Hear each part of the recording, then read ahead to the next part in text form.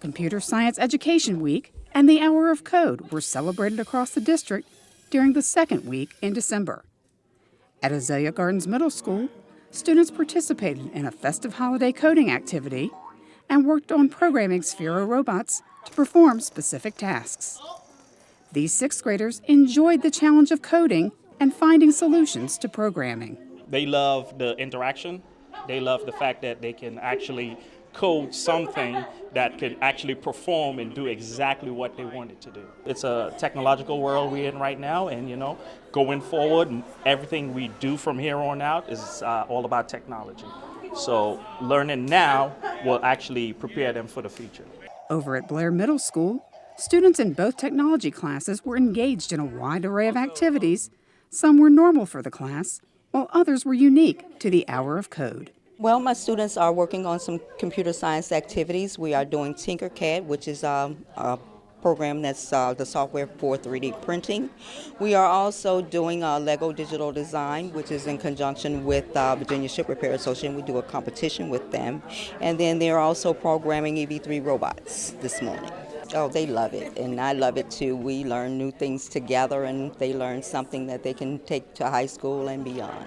We are programming robots. Right now, I'm using the sensor to program the robot to turn, do a swing turn, go backwards or go forward. It's fun because at other schools, I don't think you can find this opportunity to program robots, make them say hello, make them talk. It's very fun. I think it's a great thing to have here at Blair, and it teaches a lot of kids that there aren't that many limits in terms of stuff like this, and that it's really accessible, that you can do this at a time and age now. I do want to carry this out into my future, especially after seeing that my dad's job, he did a year program at another company, and I saw that this is really applied today in modern jobs, and that it can be very helpful. Berkeley Campostella Early Childhood Center was recognized as an Apple Distinguished School for the second time during a special ceremony. Pre-K 3 and 4 students marched through the halls along with the Lake Taylor High School drumline to open the event. Speakers from the city, school district, and Apple all spoke about what the award means and how this partnership benefits students and staff alike. As the only Apple Distinguished School for 3- and 4-year-olds in the world, Berkeley Campostella will be providing this innovative technology to their students for 3 more years. It means a lot. I am so proud of the work that we're doing each and every day in the classrooms, how we have transformed our classrooms to 21st century learning environments. The capacity level of my teachers to integrate technology throughout the creative curriculum is phenomenal. It's just a phenomenal place to be, and it's so wonderful to be able to share this recognition with my entire school family. We are on the cutting edge in Norfolk Public Schools, and there's so many wonderful things going on in our division, and this certainly is one of the many exciting things. We're extremely excited about the Apple Distinguished Award, and it's just the beginning. And so we're looking for additional great things from this learning center. So we're extremely excited about this initiative. It's great. I mean, he gets exposed to technology that he wouldn't be exposed to at home. I mean, we don't have these things, and he seems to enjoy it. I see it the most, I think, in his reading. It's really interesting. And he's also really, really good with certain apps that we don't really expose to at home very much. He seems to pick it up really quickly. I like it a lot. I mean, you know how the times now is changing and everything's going to technology, and the way that they're picking up on it is it's fascinating, actually. I can't even explain it. It's really growing, really improving. And like I said before, like just being in the technology field of things, it's advancing a lot more than I was expecting to. Students and staff members at Camp Allen Elementary welcomed Congresswoman Elaine Loria to their school in November. She began her visit by meeting with faculty and staff about their unique needs and concerns due to the large amount of military-connected students that attend the school. Afterwards, 3 fifth graders took the Congresswoman on a tour of the new building and let her see up close the outstanding teaching and learning occurring there daily. It's really great, and I know that Camp Allen, specifically where it's located within the city, serves a lot of military families, and being in Congress on the Armed Services Committee, understanding how much military families move and how there are federal programs that help with schools like this.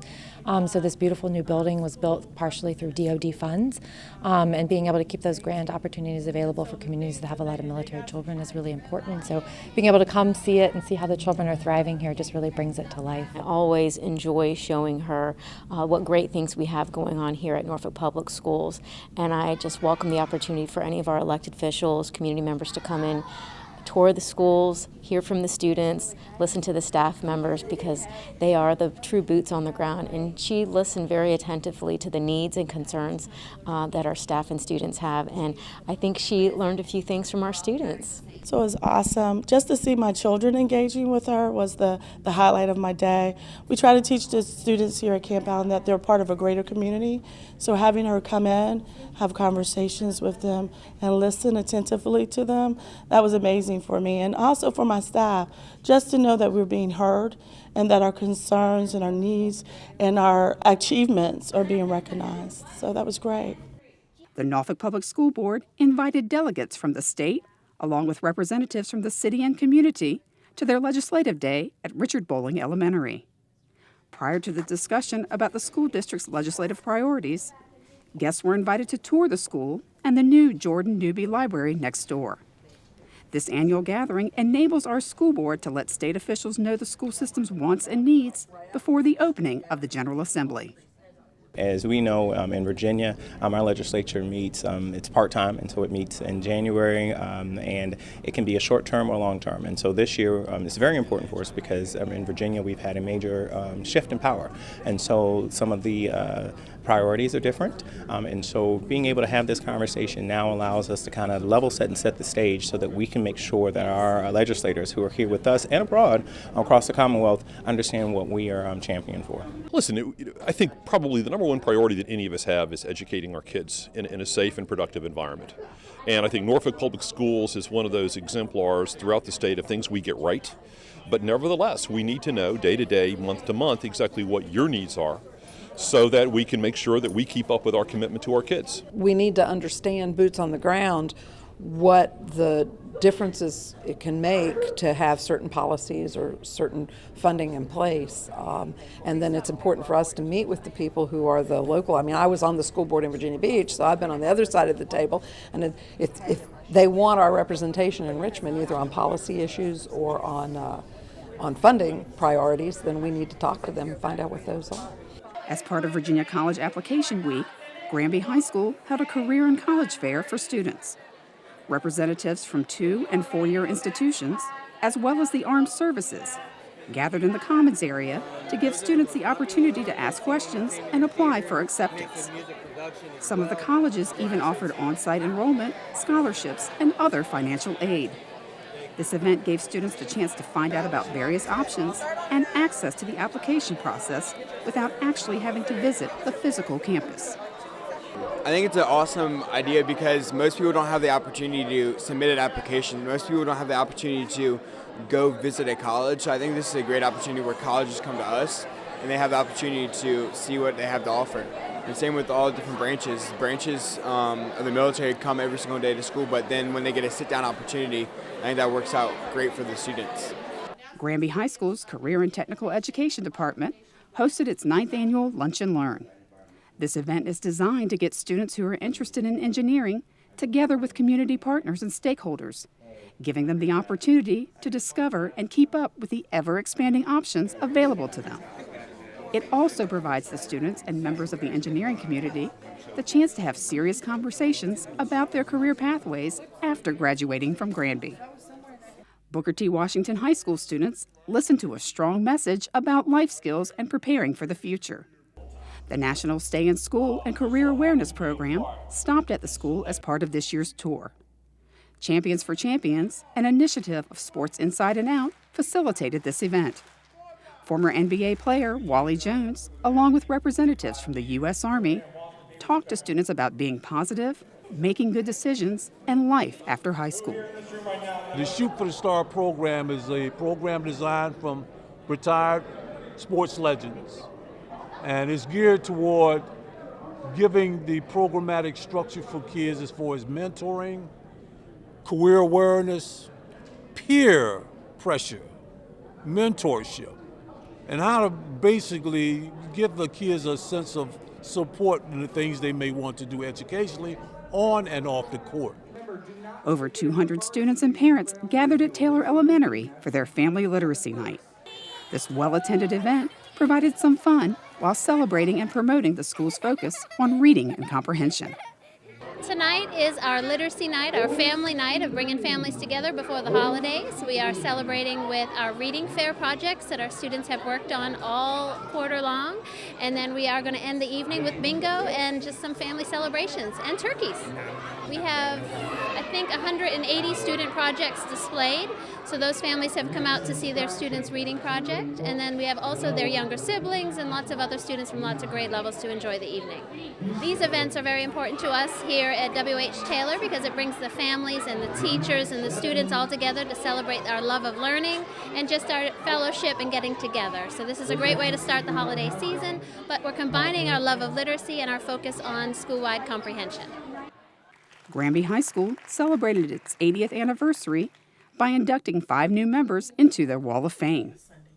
The evening, which was hosted by Granby alum Regina Mobley, honored each of the 5 inductees during a special ceremony and gave them the chance to talk about their time at Granby. Everyone was happy to return to the school and grateful to be recognized by their alma mater. It is a warm feeling that it is so hard to put into words. After graduating 45 years ago and coming in here, and as soon as I walked in the door, I was welcomed by the NJROTC, my guide. And when I saw my name and him holding the card, it just was a very warm feeling. And it just brings back a lot of memories, and it's good to see that the Granby High School spirit is still alive and well.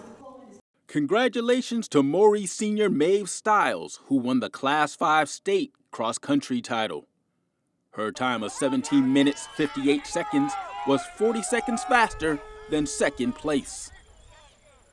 I'm beyond happy and I cannot believe it. I remember crossing the finish line. I was just so ecstatic. I can't believe that I'd finally done it, and I felt so much pride to be able to do it in the name of Maury and make Maury proud and my teammates.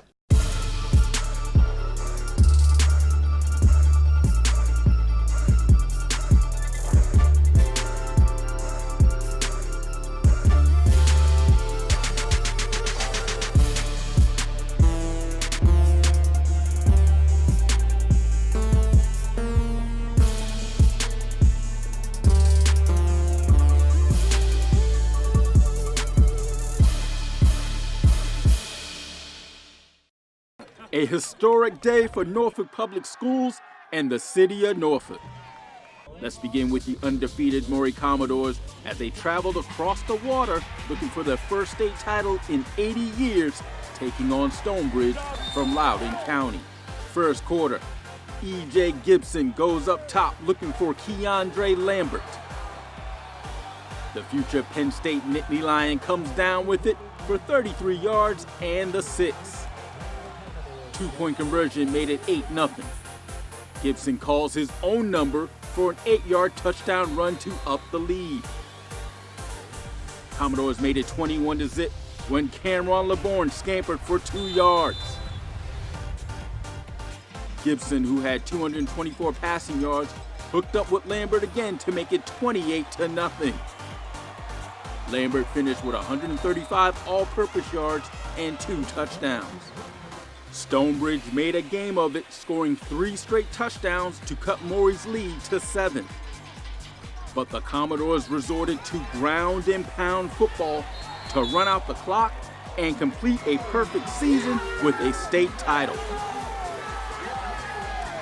I'm so dang proud of my kids. I put them through a lot, and my coaches, I put them through a lot. Words can't even describe it right now. Man, words can't explain how I feel, man. I've been waiting on this since my freshman year, man. I'm so happy that me and my guys got it done. Words can't explain how I feel, man. 1 title down, 1 to go. Lake Taylor Titans travel to Liberty University in Lynchburg to take on Tuscarora from Loudoun County. Huskies are driving in the first quarter when Malik Newton comes up with the interception in the end zone. Titans go to work on offense. Junior quarterback Jeff Foster on the keeper. Runs deep into Huskies territory. Few plays later, Foster goes up top to Darius Spate for the 6. Extra point made it 7-0. Second quarter, that combo strikes again, this time from 13 yards. Titans up their lead to 14-0. Later, Foster, who had 4 TD passes on the day, lays it out for Newton, who comes down with the sweet one-handed grab for the touchdown. Tuscarora would get one back to make it 21-7 at halftime. Out of the gate in the third, Spate caught his 3rd touchdown of the game to make it 28-7. Newton, who had over 140 yards rushing, scored a touchdown as the Titans captured its 3rd state title with a 34-14 win. It's a blessing. All I can say is a blessing. Score for my team, win the state championship. Feels good. But the biggest challenge I have, believe it or not, as far as the state championship, my wife is the girls basketball coach in my school. And she has 4 state championships. And so I've been washing dishes, cleaning the house and cooking, trying to catch her. And even with this one, I'm still one down. And guess what? She got a pretty good team this year. And if she won another one, I got dish-pan hands. For more news stories and other information about Norfolk Public Schools, watch NPS Now on WNPS-TV 47 or the NPS website.